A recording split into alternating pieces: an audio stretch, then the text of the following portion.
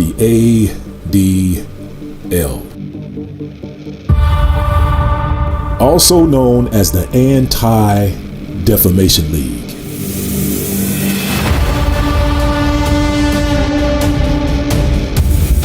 To tell the story of the Anti-Defamation League, we must first tell the story of the Ku Klux Klan. Why? Because they're connected.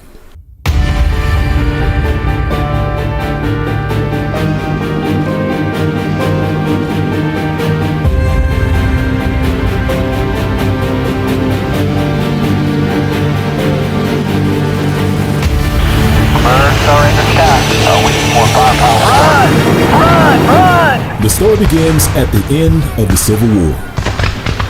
The Union North had won, and the Confederate South had lost.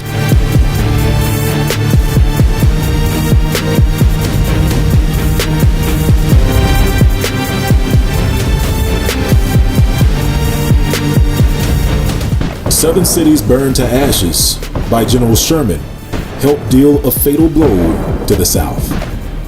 And according to Jewish lawyer and researcher Robert M. Rosen, many Germans filled the ranks of the Confederate Army, joining the fight to keep the vestiges of slavery alive.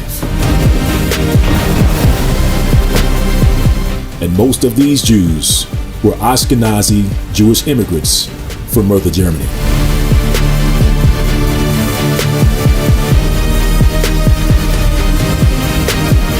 Their names recorded in the annals of history, with roughly 3,000 Jewish names recorded and cataloged as soldiers in the Confederate Army.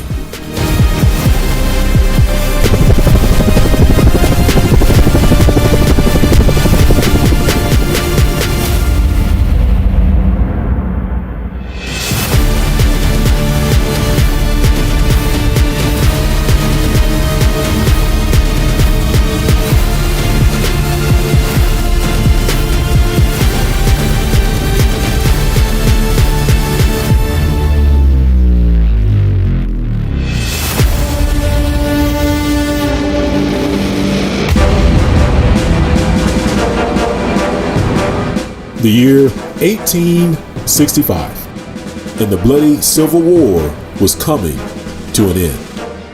With massive casualties mounting on both sides of the conflict, a Union victory was all but assured, and the freedom of the Negro was at hand. The long-awaited Emancipation Proclamation, which would loose the bonds of slavery, had finally come to the Southern Negro. However, not everyone was pleased with the newfound Negro freedom, which would lead to the Confederate soldiers founding the Ku Klux Klan.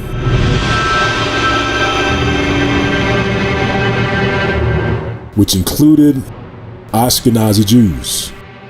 However, before we proceed, we need to remind our viewers that there were primarily two types of Jews that day: Ashkenazi Jews and Sephardic Jews. As the following reference reads, the Webster Dictionary definition of Ashkenazi, a member of one of the two great divisions of Jews comprising the Eastern European Yiddish-speaking Jews. First known use, 1828. So according to the Webster Dictionary, the first time the term Ashkenazi was used to refer to a Jew was in the year 1828. In fact, the word Ashkenaz itself, which is a Hebrew word, found in the Strong's Concordance, which is Strong's H813, that's Strong's H813, which can mean a descendant of Japheth, or the word Ashkenaz can mean of foreign origin, as described in the Strong's Concordance in the Blue Letter Bible Dictionary, which reads Ashkenaz, Strong's H813, root word etymology, of foreign origin. Or if you drop down below, Strong's definitions, Ashkenaz, of foreign origin. Or we can take a look at the King James Bible Dictionary, which reads Ashkenaz, word origin of foreign origin. Strong's definition, a Japhethite, also his descendants. Or we can even find the definition in the King James Strong's Concordance, which reads Strong's number H813 means Ashkenaz, a son of Gomer, also his descendants in their land. Strong's Concordance, Ashkenaz, of foreign origin. You see, the root word of the word Ashkenaz literally means foreigner.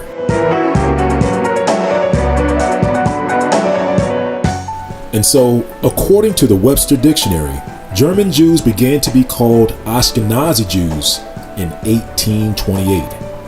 And according to books published in the 1800s, they were described as white and pale-skinned Jews, while the Sephardic Jews, on the other hand, were described as black.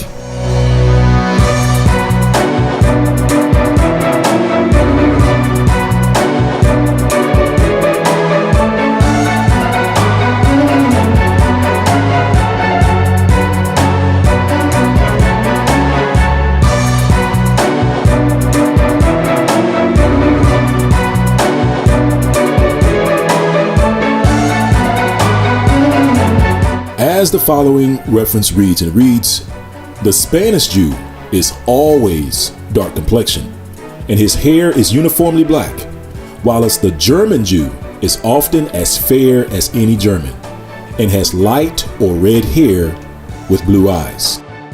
And the next reference reads, and reads, into every country on the globe, this one people is marked with the colors of all, fair in Britain and Germany, brown in France and in Turkey, swarthy or black in Portugal and in Spain. And the next reference reads, and reads, thus the black color is found not only in individuals as the black Jews of Portugal, but in tribes as the Becaris on the Red Sea, whose hair and character are perfectly Semitic.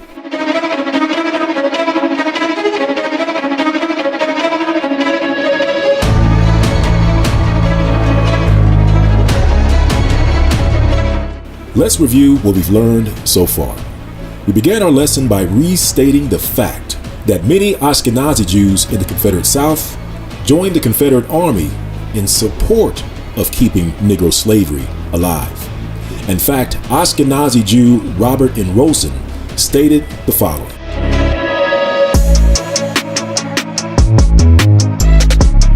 A very few were planters. Some were descended from Sephardic Jews, whose ancestors had been expelled from Spain and Portugal in the year Columbus set sail for the Orient. Most Jewish Southerners, however, were Ashkenazi immigrants who in the 1840s and 1850s had fled Bavaria, Prussia, Alsace, Hesse, Baden, Swabia, Westphalia, Hungary, Posen, and Silesia in Prussian Poland and Russian Poland to America, the fabled land of freedom. Skipping ahead, thus overwhelmingly, almost unanimously, some with fear and trepidation, others with courage and enthusiasm, some with reservation, others with firm, unflinching resolve, Southern Jewry cast its lot with the Confederate States of America. Many like Ike Herman had found the land of Canaan. Others like Gustavus Poznański had found their Jerusalem, their Palestine. Still others like Marcus Baum, Jacob Samuels, Adolf Prosker, and Herschel Kemper had officially found their fatherland.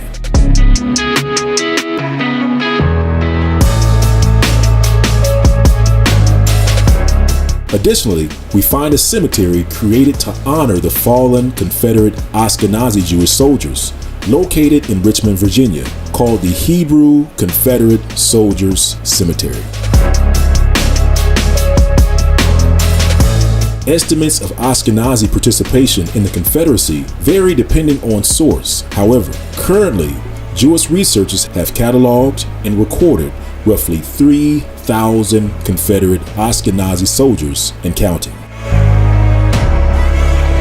These names are found in multiple Ashkenazi Jewish databases, such as Jewish Gen's Jewish American U.S. Civil War Veterans Database, Ancestry.com, and the Chappelle roster. Now, some may attempt to minimize Ashkenazi participation in the Confederate Army by pointing out the relatively small numbers of Ashkenazi soldiers in the overall Confederate Army. However, whether those numbers are small or great, one thing cannot be denied is the significant impact the Ashkenazi had both in the war and eventually within the Ku Klux Klan.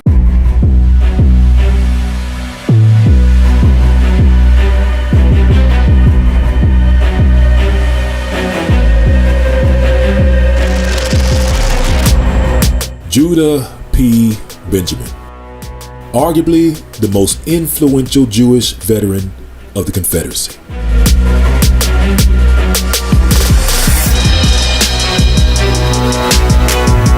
Often called the brains of the Confederacy.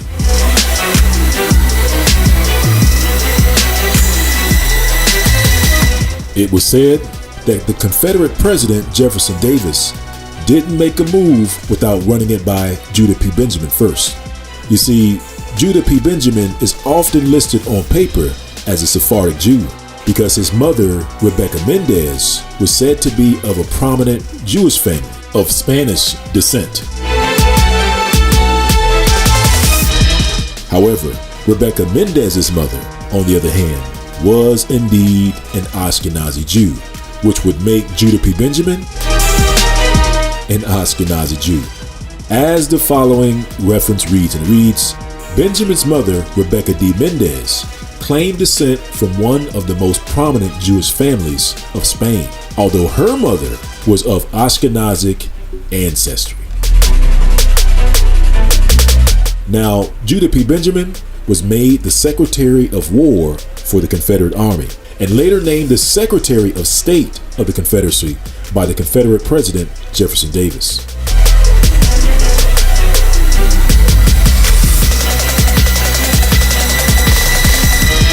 And after the Confederate Army was defeated, former Confederate veterans founded and started the Ku Klux Klan.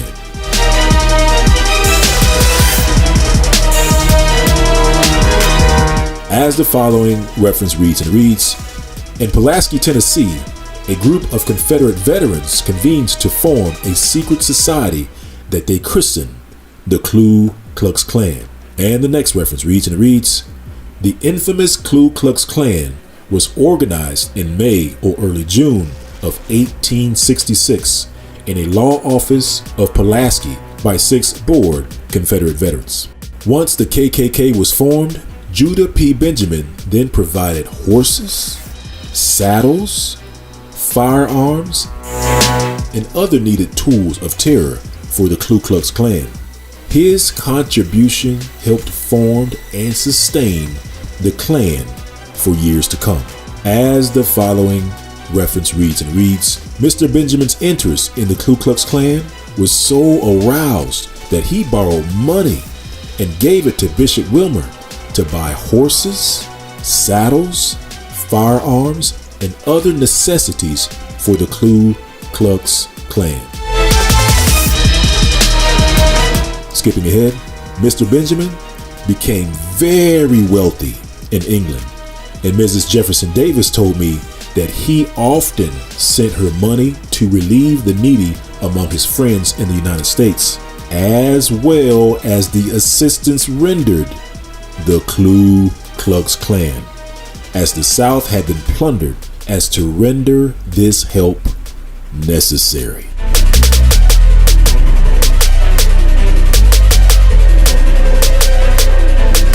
So keep in mind, Judah P. Benjamin wasn't the only Ashkenazi supporting the KKK. Some supported the Ku Klux Klan by providing the long white robes of terror, while others joined the KKK outright. As the following reference reads, evidence of their father's convictions was uncovered one day by Baruch and Hardy in the family attic. Rummaging through a horsehair trunk, they turned up a Confederate uniform and beneath it, a white hood and a robe with a crimson cross. The regalia of the Knights of the Ku Klux Klan.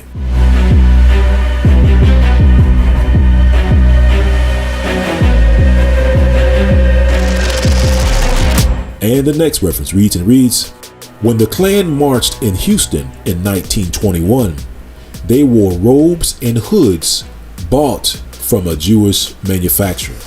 Skipping ahead. And during a Dallas recruitment drive, Klansmen visited Edward Titch, the Jewish head of the Titch Gartner department store, to invite him to join. Titch was obliged to explain why he could not, to which a Klansman replied that it was a shame. Titch would have made a fine recruiter. And the next reference reads, Houstonians thought it was an old Klan comeback, and how they cheered. They did not know that William Joseph Simmons and E.Y. Clark, riding on their float ahead, were dreaming dreams of an empire of their own. They did not know that the robes used in the parade, or the Klan parade, were made in a Jewish overall factory of Houston for $1.50 each, whereas they were later made in Atlanta by a subsidized Gentile Protestant firm at $6.50 each net.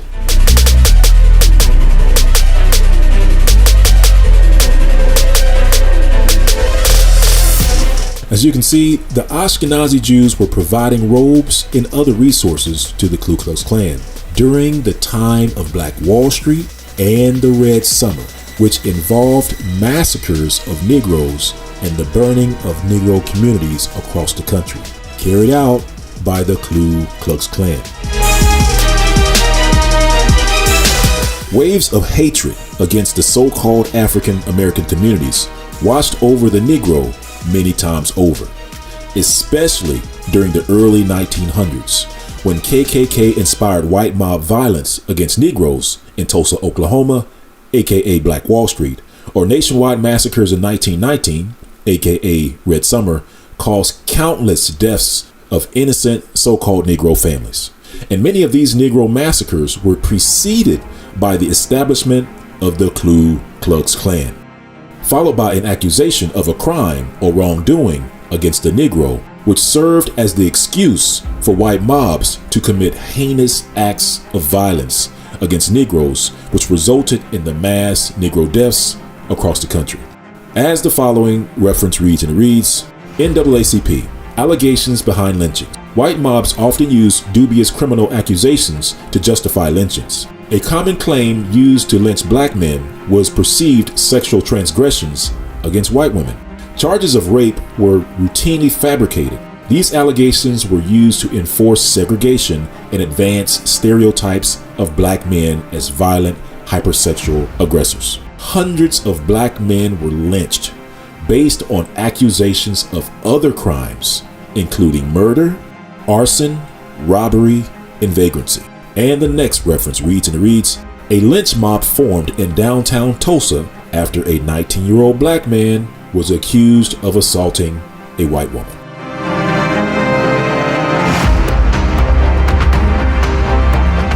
And the next reference reads, Washington, D.C., 1919. For weeks, police and the press, including the Washington Post, whipped up hysteria over an alleged Negro fiend attacking white women. Things boiled over on July 19th, 1919, with white posses hunting black men.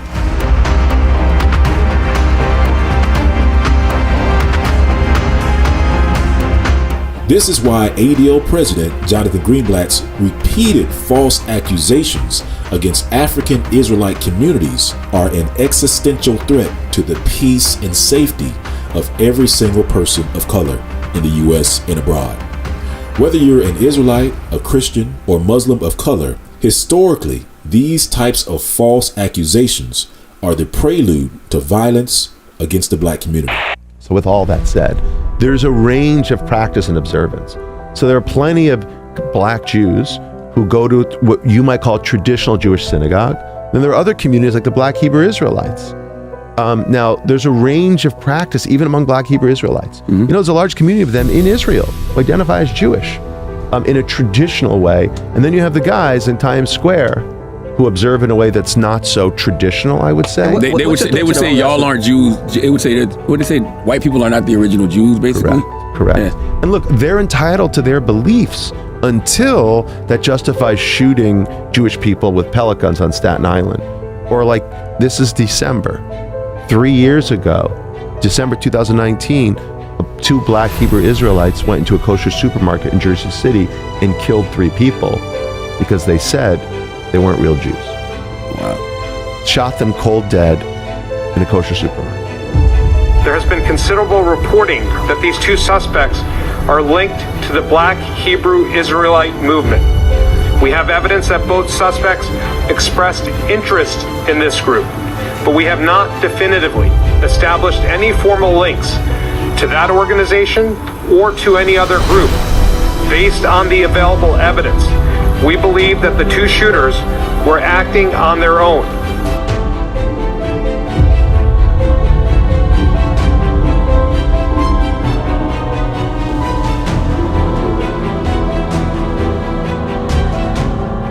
So when we talk about what is anti-Semitism, it's black Hebrew Israelites this weekend. What, today's Monday? Tuesday. Wednesday. It's going to air on Wednesday. Sorry.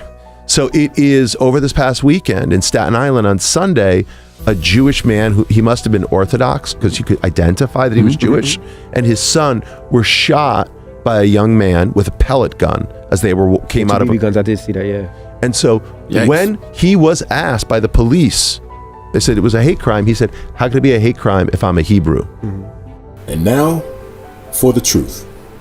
This is the picture of the man arrested and charged for the crime of which Jonathan Greenblatt implies was committed by a black man, a black Hebrew Israelite man. However, the person who committed the crime is called Jason Kish, which is a Jewish name, who is a white Caucasian male. You see, Jonathan Greenblatt's and the ADL's practice of making accusations against so-called Negroes goes back many, many years. In fact, the ADL was founded when the courts failed to convict a black man instead of convicting Ashkenazi Jew Leo Frank.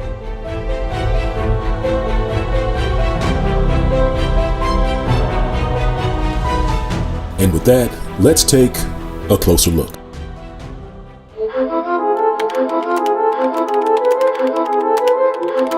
April 26, 1913. It was the day of the Confederate Day celebration on the weathered streets of Atlanta, Georgia. Amid the hustle and bustle of this old city of the South, we find a 14-year-old Caucasian boy boarding a streetcar with his 13-year-old blue-eyed friend, Mary Fagan. The time was approximately 11:50, less than 30 minutes before the brutal murder of Mary Fagan.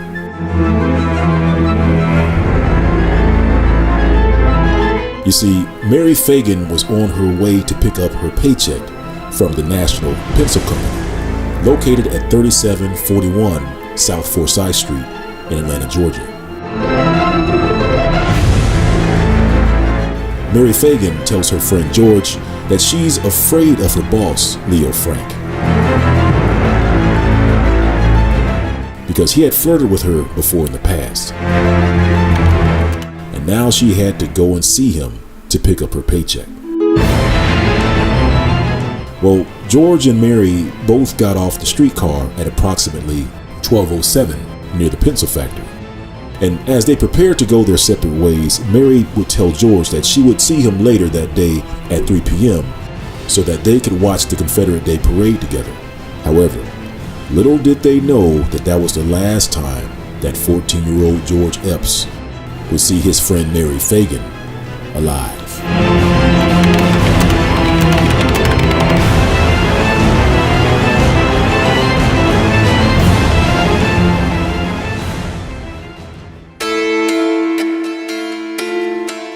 Mary Fagan arrived at the National Pencil Company and walked through the front door on her way to Leo Frank's office, on the second floor. Prosecutors traced Mary's steps as she walked up the stairs to the second floor to Leo Frank's office.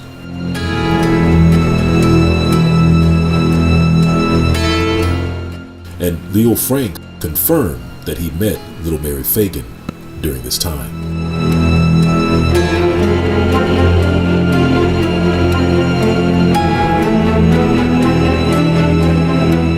And it's here that prosecutors theorized that Mary Fagan wanted to know if the shipment of sheet metal had come in, which she needed to do her job. So both Leo Frank and Mary Fagan walked to the back of the building where the sheet metal would be located on the second floor.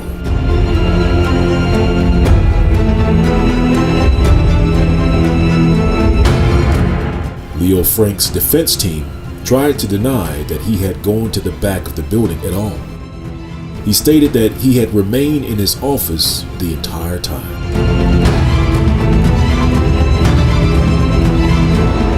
However, another employee, who also arrived shortly after Mary Fagan arrived, also came to pick up her paycheck.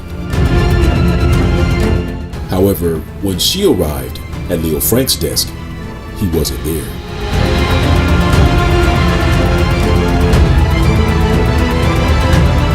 And after waiting for a while, she left without her paycheck.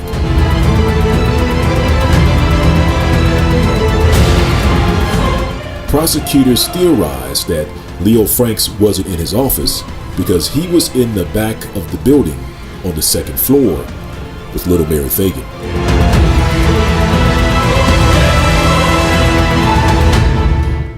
Where he attempted to rape the little 13-year-old girl. A struggle ensued. Mary would fall back and hit her head on one of the metal machines, knocking her unconscious. Prosecutors say Frank would go on to rape little Mary Fagan, then strangle her using a cord. Frank would then call a black worker who was on the first floor, Jim Conley, to explain what had happened, and to ask Jim to help him move little Mary Fagan's body to the elevator and then on to the basement floor, where Mary Fagan's body would be found later. And then poorly written notes stating that a Negro had killed Mary Fagan were placed near the body, presumably written by Jim Conley at the direction of Leo Frank, to place the blame on a Negro. However, there was one problem. The paper that the note was written on came from the second floor near Leo Frank's office.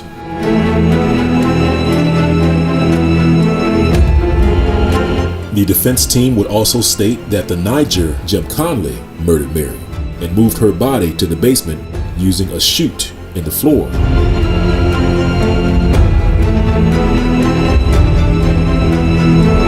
However, the drag marks left by moving Mary Fagan's body didn't lead from the chute to where her body was found.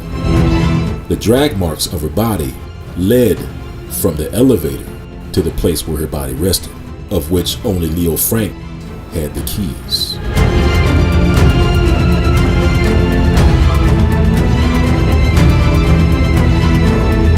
However, the defense team would try to state that Mary Fagan was murdered on the first floor by a Negro. However, the blood stains were found on the second floor, the floor of Leo Frank's office. And also the cords used to strangle little Mary Fagan were also located on the second floor, near the bloodstain. Additionally, prosecutors brought forth 20 women, co-workers of Mary Fagan, who also testified of Leo Frank's advances towards them as well. Along with testimony of Mary Fagan's 14-year-old friend, George Epps, who testified that Mary Fagan told him that morning that she was afraid of Leo Frank. So prosecutors also brought testimony from Leo Frank's house cook, who testified to overhearing Leo Frank's wife and mother stating that Leo Frank had confessed committing the crime to them as well. This, along with many other pieces of evidence, made Leo Frank's conviction all but assured.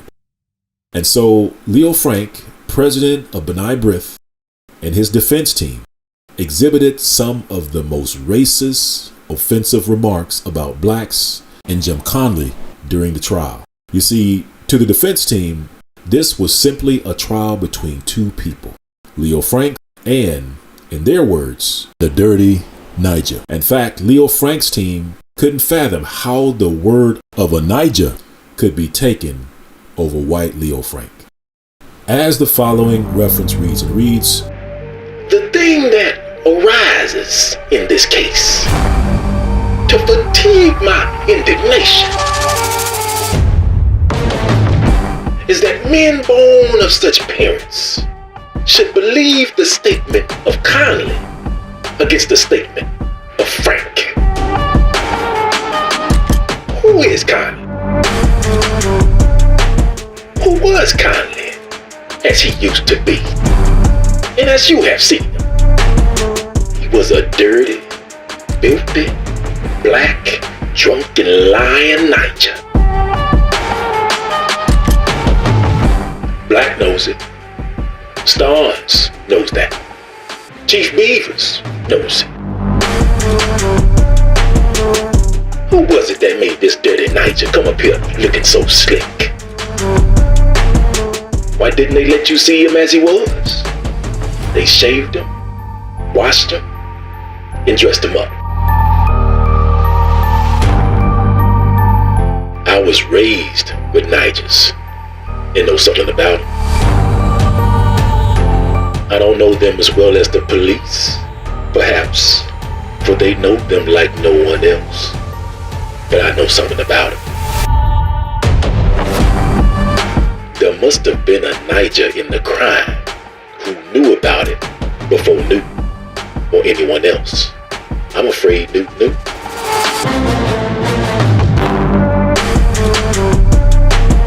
Yet, if he did, he was one of the most remarkable Nigers I ever saw, and I wish I had his nerve. There were things you detectives did to him for which you will never be forgiven. You persecuted the old Niger, and all you got was, for God, I don't know. I don't believe he killed him, but I believe he knows more than he told. You see, this marked the birth of the ADL. Shortly after Leo Frank was convicted by unanimous decision, August 25th, 1913, the ADL was formed by Leo Frank's B'nai B'rith organization the following month in September. B'nai B'rith President Leo Frank and his racist defense team would go on to appeal the court decision to the Georgia Supreme Court, then on to the U.S. Supreme Court.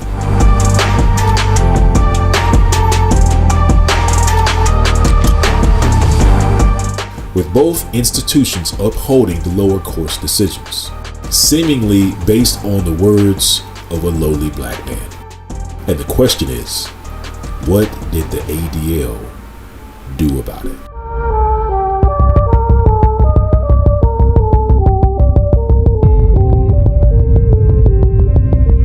And with that, the fuse was lit. It was only a matter of time before the ordinances of hate were set off against the black community.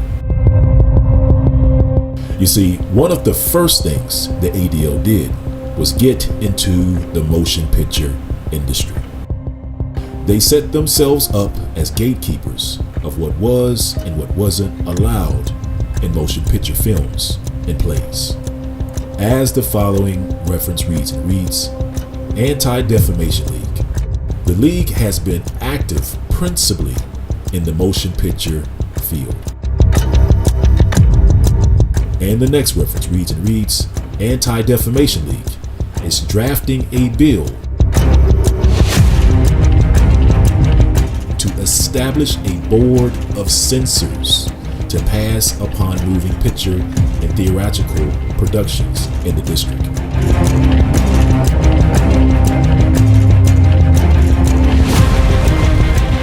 And the next reference reads, under the Department of Theaters and Moving Pictures, investigation will be made of all plays which deal with the Jew. If after careful study it is apparent that a play gives an untrue or unfair portrayal, the League will endeavor to prevent its production in its offensive form, or if already staged, to secure the elimination of objectionable matter. Under the Department of Legislation, the League will endeavor to secure in the various states the enactment of statutes similar to the one recently passed in Ohio, providing for the appointment of a board of state censors. As you can see, one of the first objectives implemented by the ADL was to create a board of state censors to control the content of motion pictures and plays. And some of these boards actually made it into state law. And yes, this legal control of Hollywood is something that ADL denies to this very day. So flash forward to today, anti-Semitism shows up in different ways, often like characterized by a series of myths or tropes. So for example, the Jews run Hollywood. Look, it is certainly true that there are a number of prominent Jewish people in Hollywood, in the entertainment industry. But the idea that the Jews run Hollywood is nuts. There's no cabal of Jews who are manipulating things, but the idea that Jews in power shows up over history.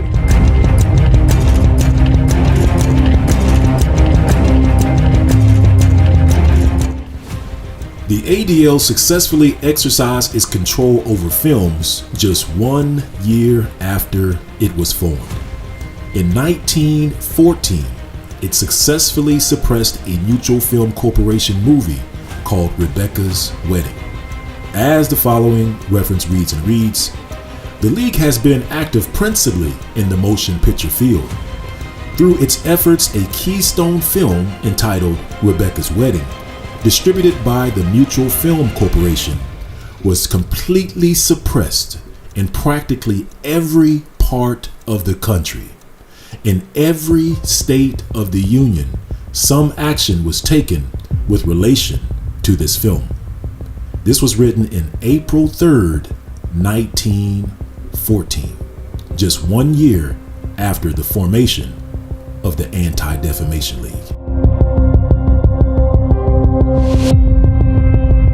You see, the ADL successfully suppressed films by working directly with film producers and people running and managing theaters. As the following reference reads, stage defamation will be dealt with by enlisting the assistance and cooperation of producers and managers of theaters so that investigation of proposed performances may be made before the staging of the same, thus correcting evils before harm is done.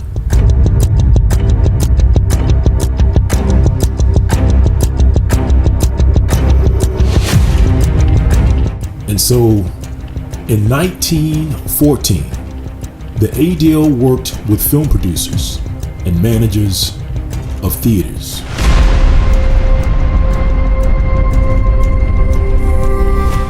One of which was a company by the name of Mutual Film Corporation, which owned a subsidiary called Reliance and Majestic Studios, whose owners worked with D.W. Griffith to produce arguably the most overtly racist film of all times.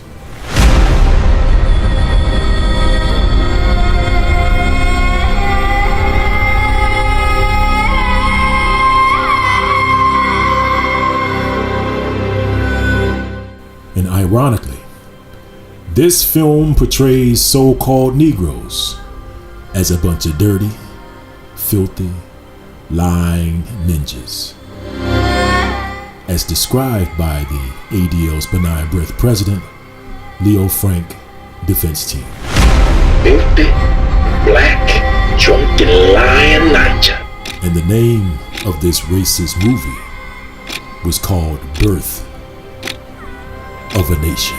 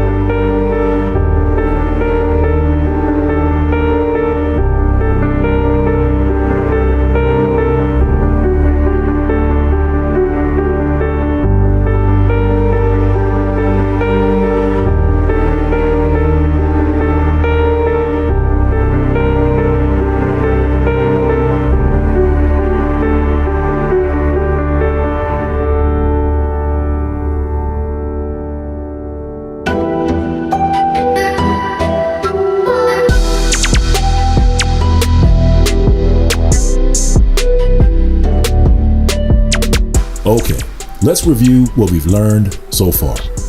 We learned that the Ashkenazi in the Confederate South joined the Confederate Army and fought to keep slavery alive.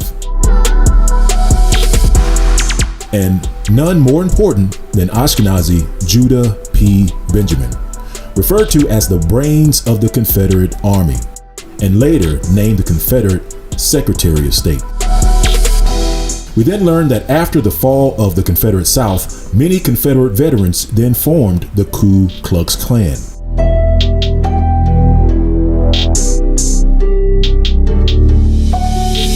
We learned that Judah P. Benjamin became a key supporter and financer of the KKK by providing money, horses, guns, robes, and other needed supplies for the Klan.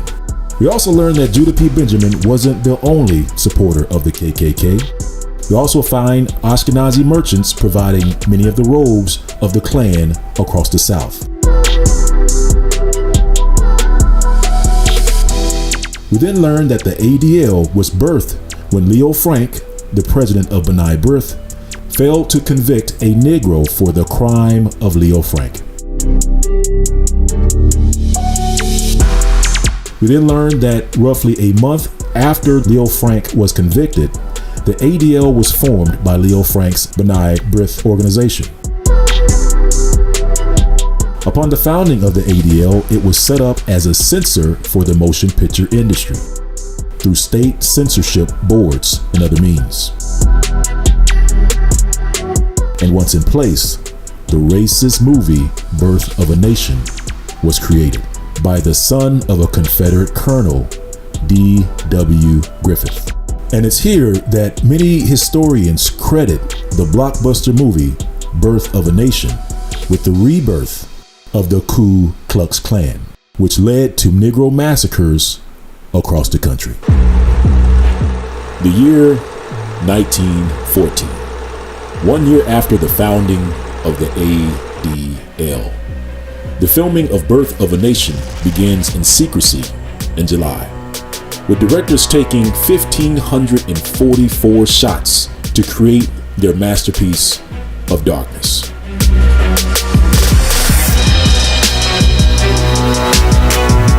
The movie was later completed and premiered the following year in February of 1915 in Los Angeles. And despite the best attempts by the NAACP to ban the racist movie, the racist propaganda premiered amid protests and demonstrations. You see, the message of hatred was coming whether blacks liked it or not.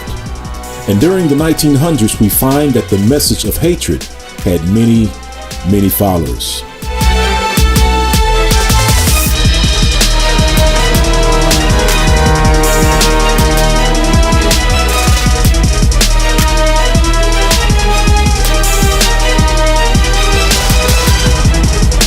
Not only were white supremacists willing to support the movie, but if needed, help spread its infection around the world. Movie director D.W. Griffith, the son of a Confederate colonel, worked closely with white supremacist pastor Thomas Dixon Jr., who wrote the book The Klansman, which Birth of a Nation was based off of. The movie's glorification of the Klan portrayed hundreds of Klansmen wearing hooded robes, persecuting Negroes.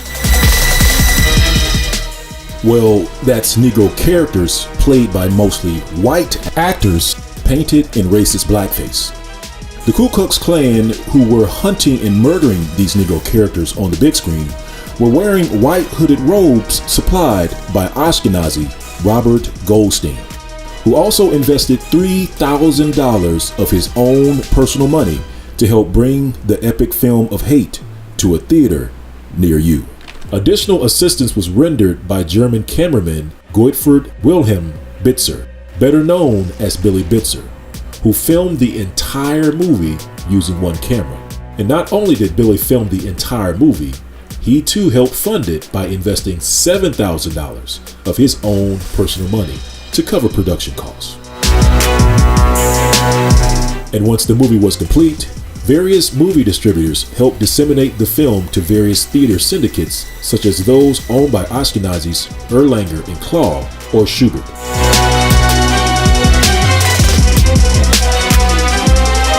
One such distributor of this racist Birth of a Nation virus was none other than the Jewish founder of MGM Studios himself, Louis B. Mayer, which used this harbinger of black racism to jumpstart his filming enterprise and cash in.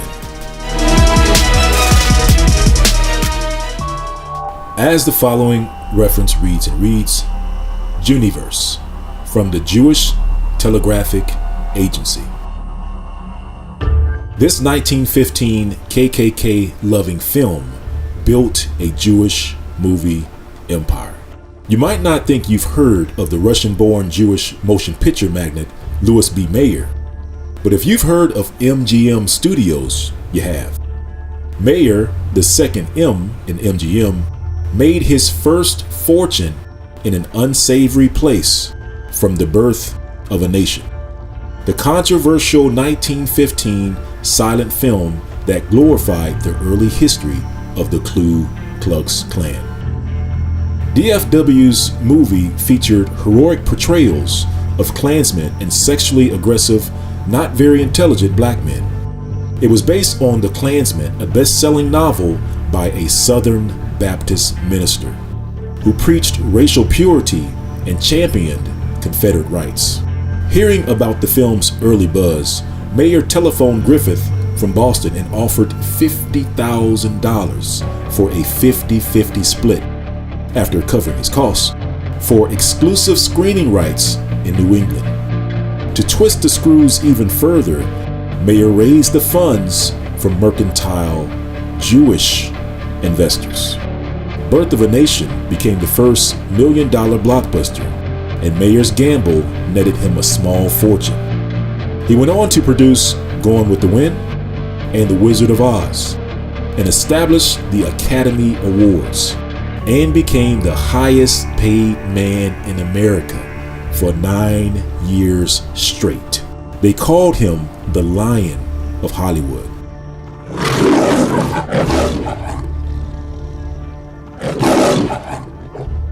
And this Lion of Hollywood can be seen on the MGM Studios logo, baring his sharp teeth just before the opening of an MGM Studios film. However, if you take a closer look at the Lion of Hollywood, you'll notice that it rests upon what appears to be a racist character in blackface, identical to the blackface characters found in the KKK-loving film Birth of a Nation, which made MGM Studios its first financial fortune. As the following reference reads, Encyclopedia Britannica. The Birth of a Nation landmark silent film released in 1915 that was the first blockbuster Hollywood hit. It was the longest and most profitable film then produced and the most artistically advanced film of its day. And the next reference reads, Smithsonian Magazine.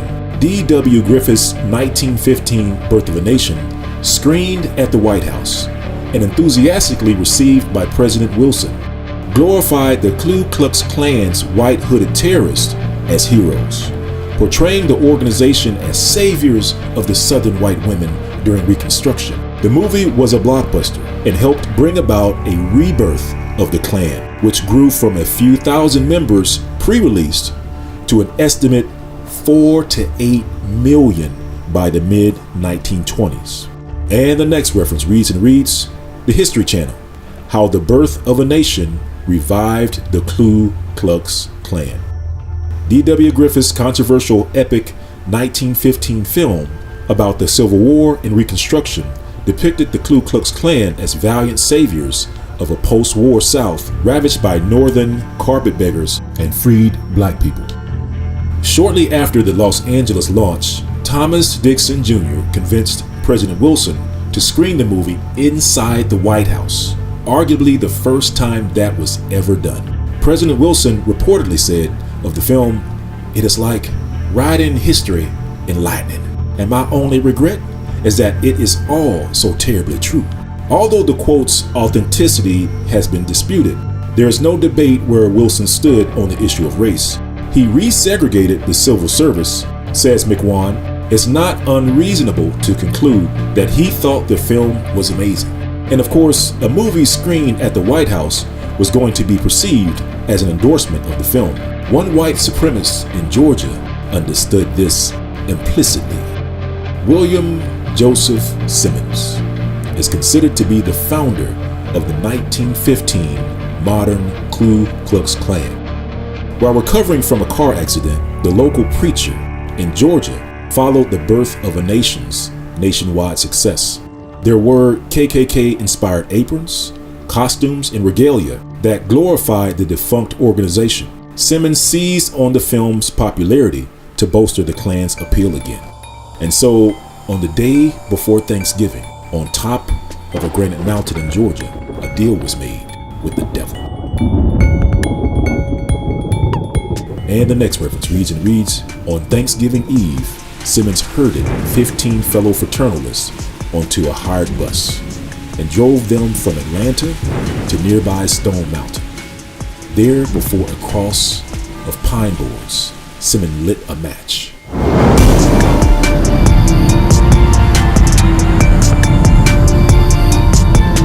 And the Ku Klux Klan of the 20th century was reborn.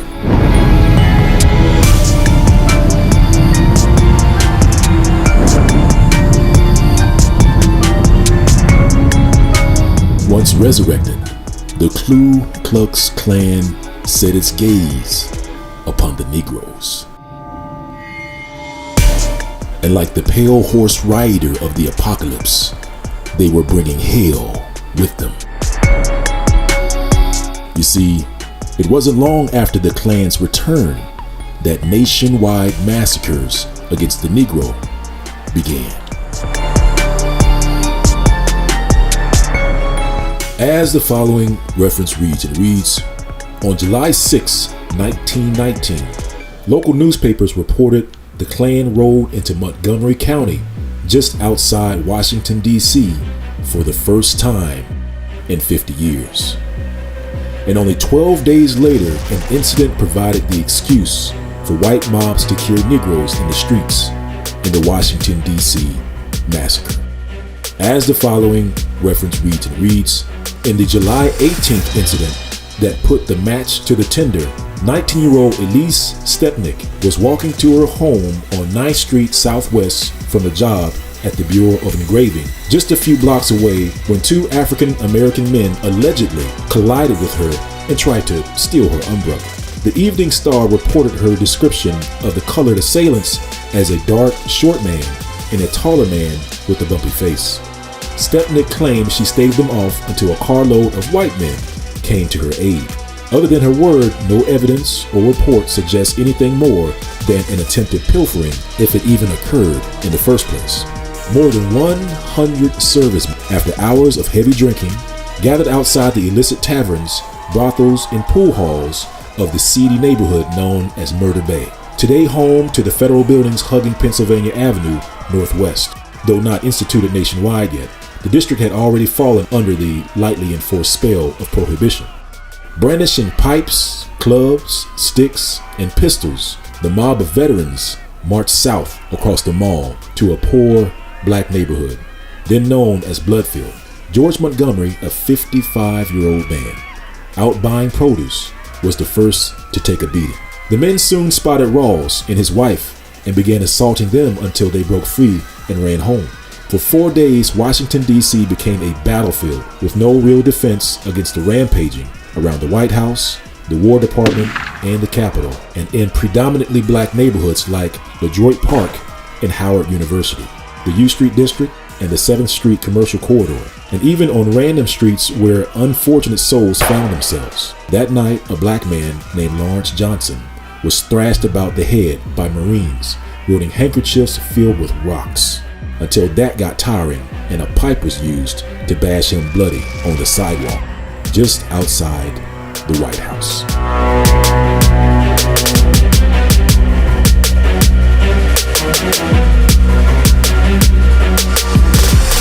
The Washington, D.C. massacre was just one of many massacres across the country.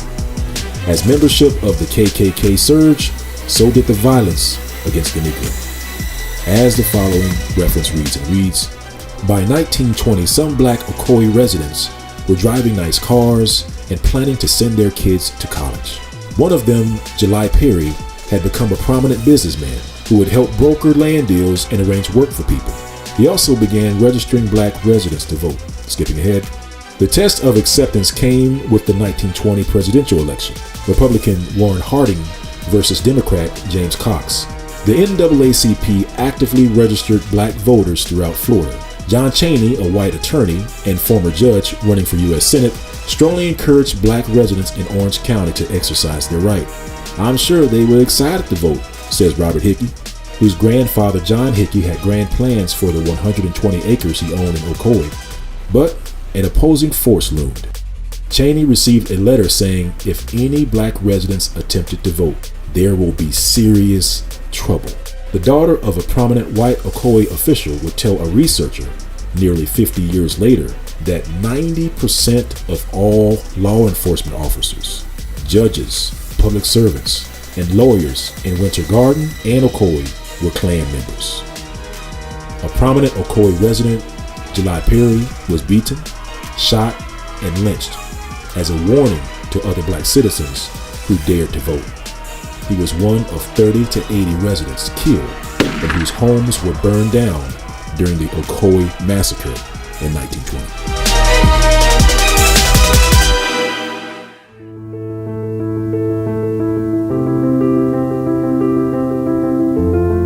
One of the prominent or well-known massacres involves Black Wall Street.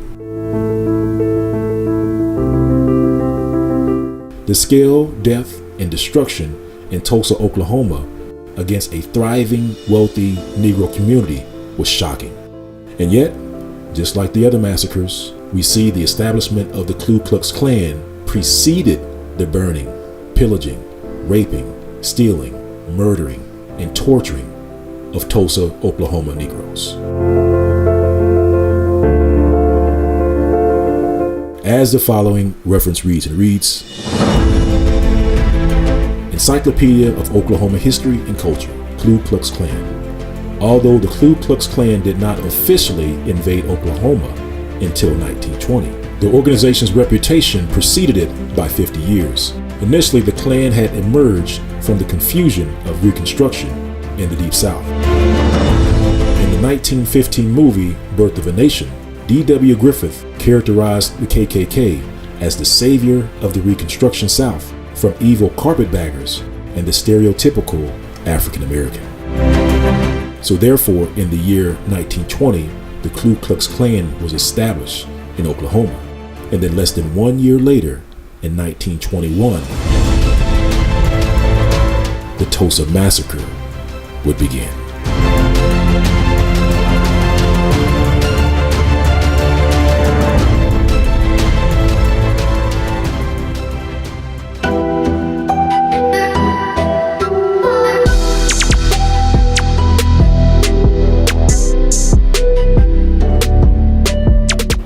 As you can see, the persecution of the Negro is directly tied to the rebirth and resurgence of the Ku Klux Klan.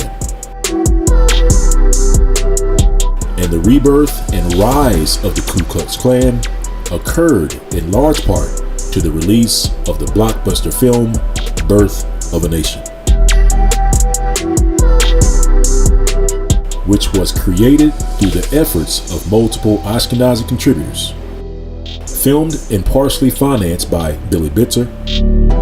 Wardrobe and finance provided by Robert Goldstein.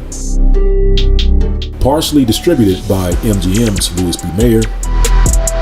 Shown in theaters managed by Erlanger, Claw, and Sherbert. And apparently approved by B'nai B'rith's ADL, which established itself as the motion picture censor and gatekeeper. All occurring shortly after the racist B'nai B'rith defense team believed B'nai B'rith President Leo Frank was wrongly convicted by the words of a lowly Negro. Yeah, I mean, so we've been using the pyramid of hate now for decades. It's a sociological model that looks at how hate can evolve and grow into something far worse if you don't interrupt it. I mean, this is basically our theory of change since the beginning. You literally have to interrupt intolerance before it mutates into something far worse.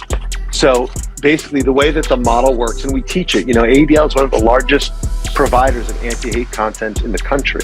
We reach kids in classrooms all over America, and we use the pyramid of hate. So at the bottom of the pyramid are biased attitudes, right? This is having bad feelings about someone, stereotyping, fear of differences, that type of thing. A level above that are acts of bias, right? So this could be non-inclusive language that alienates someone, microaggressions, maybe biased or belittling jokes that demean someone based on their race or religion, excluding someone because of their difference. So you have kind of biased attitudes that can then morph into acts that can then morph into systemic discrimination. And this is sort of like disparities in the criminal justice system or inequitable employment opportunities, where the bias becomes, again, systematized across a framework. And then the level up from that is bias-motivated violence, threats, desecration, arson, assault. And then above that is actual genocide. Actually, the act or the deliberate attempt to extinguish a people based on their difference. The deliberate attempt to extinguish a people based on their difference. The deliberate attempt to extinguish a people based on their difference. The bloody assault of the Ku Klux Klan against the black community continued to rage through the 1920s like a wildfire through a paper mill. The Klan would stoke the flames and the Negro towns would burn. And while these fires of hate would rage, Ashkenazi-founded film studios would further denigrate the Negro through blackface. Lady, let that be a lesson to you. What's the matter with you boys shooting up that man's hen house? I'll shoot any chicken trying to follow me home. Well, why don't you get a job and go to work? You almost had me a job this morning. Where? I went down to the post office and asked that man could he let me have one of them jobs as a letter toter. No, Cotton, you mean a mail carrier. And the man said before he could give me a situation, he'd have to put me through a simple self-examination. No, stupid. You mean a civil service examination. Well, the man carried me in a little room and set me down and started asking me a gang of questions. Well, what'd he ask you? First thing the man asked me is, how far is it from the sun to the moon? He asked you how far it was from the sun to the moon? Yeah, that's what the man asked me. Well, what'd you tell him? I told him if he was going to give me that route, I didn't want the job.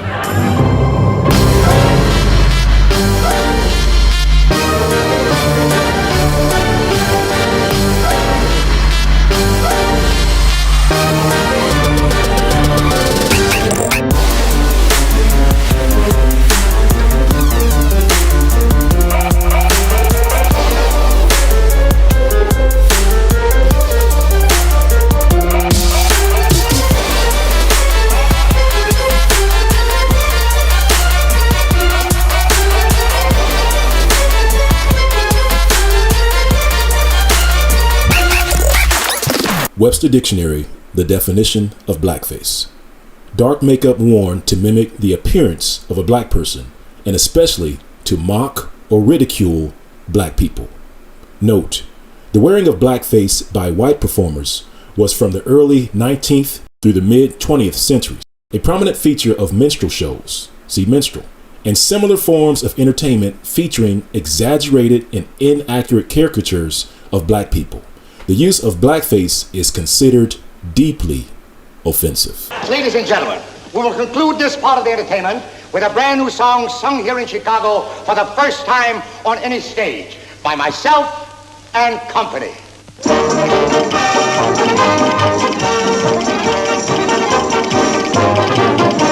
The Camptown ladies sing this song. Do-da, do-da. The Camptown racetrack 5 miles long. Oh, do-da, hey.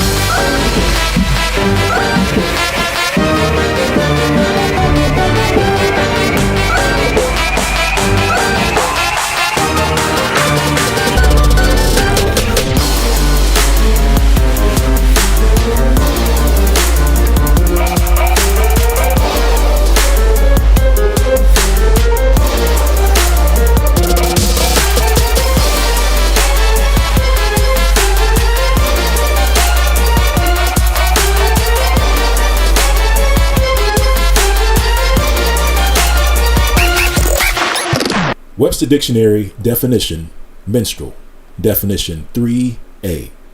A member of a type of performance trope caricaturing black performers that originated in the U.S. in the early 19th century.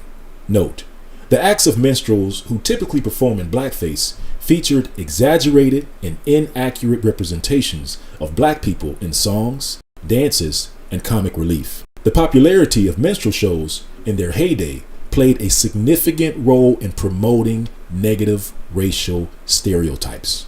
Professional minstrel shows had fallen out of favor and effectively disappeared by the mid-20th century. Ladies and gentlemen, we welcome you to the American Mammoth Minstrels, directed by Professor Cully. Tonight, it is our extreme pleasure to present many of your favorite minstrel performers. Mr. Interlocutor! Yes, Mr. Bones? I crave conversation with Mr. Pamble over there. With Mr. Tambo, proceed, Mr. Bones. Mr. Pamble, why pose you all scratching yourself? Why, that's because I's the only one who knows where I itch. Tell me, Mr. Tambo. Yeah. What is your first name? Sufficient. So who? Sufficient. Why, fool you, how come you all put that as first name, Tambo? Well, sir, I was the 17th child in my family, and when I was born, my ma, she says, that's sufficient.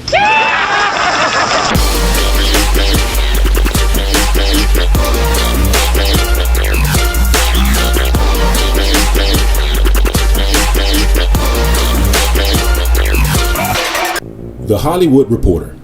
For Jewish entertainers like Jolson, Blackface was a way of becoming white, says Nick Salmon, author of Birth of an Industry, Blackface, Minstrelsy, and the Rise of an American Animation. It forced an alliance with the white Protestant majority. Jolson, known as the king of blackface, justified the practice by positioning himself as an ally of the black community. Note Salmon, he understood blackness and minstrelsy as interchangeable. For example, Jolson campaigned to have Warner Brothers produce an all blackface version of The Green Pastures, a 1936 movie depicting Bible stories told through the eyes of African American characters. The studio shot that idea down, and the pick remains only one of 6 feature films from Hollywood's Golden Studio era to feature an all African American cast. Animation, too, provided a fertile Hollywood breeding ground for blackface and racist stereotyping. Even a character as universally adored and seemingly innocuous as Mickey Mouse can trace his DNA back to the racist practice, argues Salmon. If you look at the way his face is made up, large painted mouth, painted eyes, white gloves, doing song and dance numbers, the plasticity of his body, that's all straight out of minstrelsy. Ladies and gentlemen, you will now have distinct honor of hearing the greatest voice in the world singing "Come Where My Love Lies Dreaming." I now give you that golden-throated meadowlark, Mr. Tambo, Rex Allen. Rex Allen? That's me. May I have a keynote, please? Thank you. Come where my love lies dreaming, dreaming.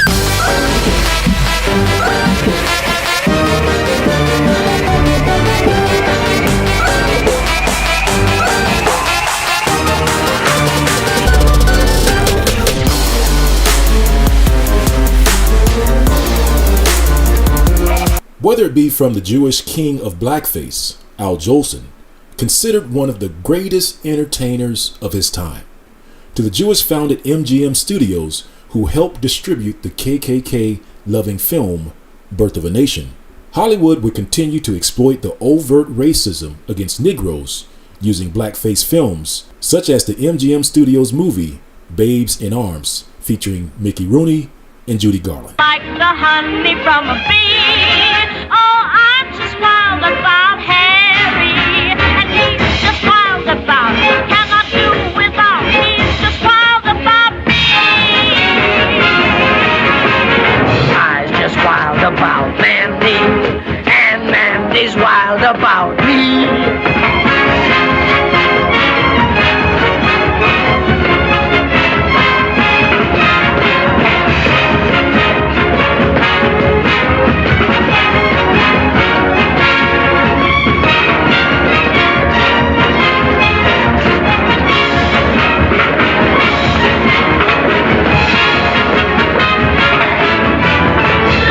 The origin of blackface minstrel shows date back to the transatlantic slave trade in the 1800s. As the following reference reads, Etymology of Minstrelsy, highlighted text, by 1843 in American English in reference to a class of singers of Negro melodies and delineators of plantation life. Usually white men in blackface, burnt cork, the act itself dates back to 1830. And ironically, the backdrop of one of Al Jolson's blackface performances can be seen taking place in front of a cotton field in an old slave shack. I heard a robin this morning. I'm feeling happy today. I'm gonna put my cares in a whistle, blow them all away. Icons of the transatlantic slave trade, which represent the greatest slavery, mass murder, persecution, and atrocity of any ethnic group on planet Earth. Keep in mind, these types of performances were occurring in parallel during a time of great massacres by the Ku Klux Klan against the Negro communities across the country. And unfortunately, this was a money-making opportunity for some in the Jewish community, aka the MGM Studios distribution of the KKK-loving film Birth of a Nation, credited with revitalizing the Ku Klux Klan. and Al Jolson's many blackface performances, to name a few. And with that, family, this concludes the first episode of Hidden Hebrews Black Apocalypse.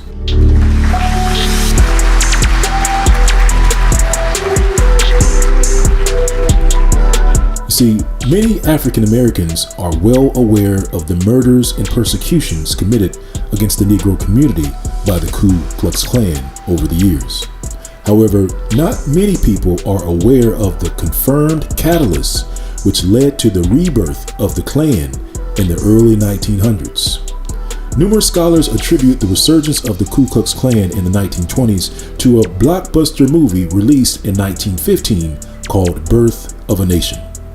And it's here we find the hidden hand of the Ashkenazi Jews who helped bring this message of hate to the big screen.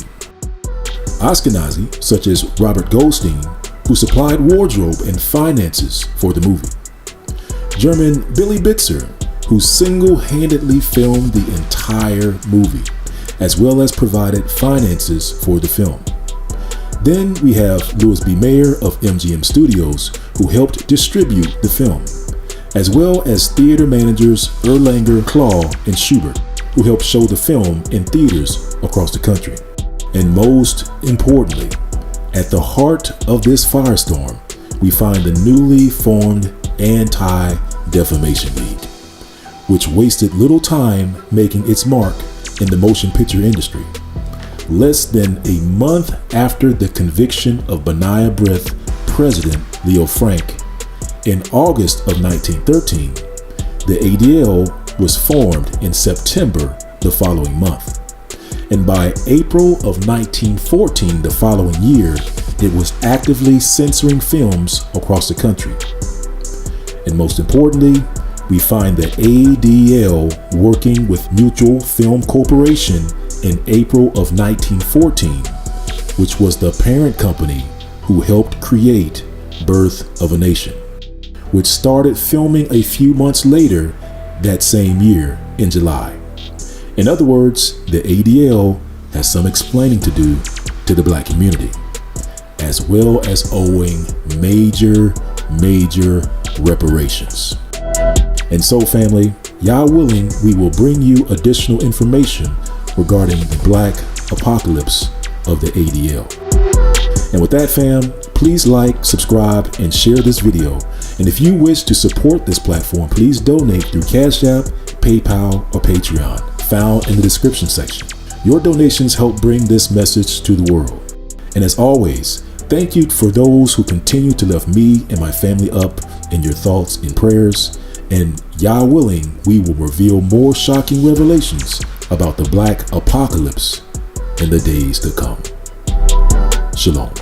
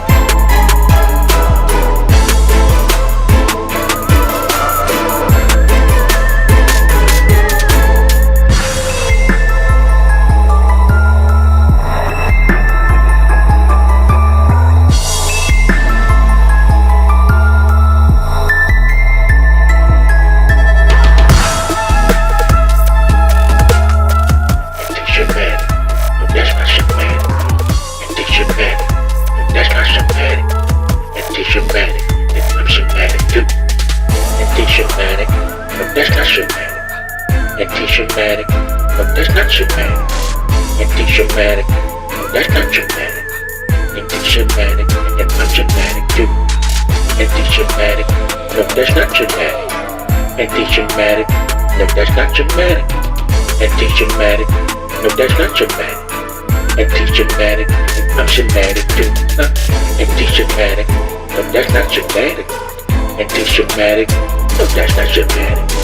Anti-Semitic, no, that's not dramatic. Anti-Semitic, and I'm Semitic too.